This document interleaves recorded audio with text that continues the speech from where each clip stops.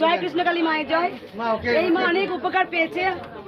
আমার মা খুব হাঁটতে পারতো না, আমার মা হাঁটতে পারে এখন, অনেক ওষুধ কম খায় না, ওষুধ খাই কিন্তু এখন এটা আমি 3 বার এলাম মা, প্রত্যেক মাসে মাসেই আসছি আমি। মাকে আলু দিয়েছে একবার, আলু দিচ্ছি মায়ের জন্য, পাখা এনেছি হরিণার দেবো মা, পাতা হরিণার দেবো মা। এই মা হাঁটতে পারতো না, মা এখন হাঁটতে পারছে। নার্ভের প্রচুর ওষুধ খেতেন, এনি মেডিসিন খেতেন। মায়ের কাছে 3 বার আসে, মেডিসিন এখন অনেক কমে গেছে। মাকে গরমের পাখা এনেছে, খুব সুন্দর একটা পিতলের পাখা। আর বাবা 1 বস্তা আলু দিয়েছে। সবাই জানেন প্রতিদিনই প্রায় সময় ভোগ হয়, যার ভোগে কাজে লাগে। তুমি থেকে আসছেন মা? মা আমি কলকাতা থেকে এসেছি, কিন্তু শ্বশুরবাড়ি এখানে বর্ধমানে। ভালো থাকবেন, সুস্থ থাকবেন, আর মাকে মনে প্রাণে ভালোবাসুন।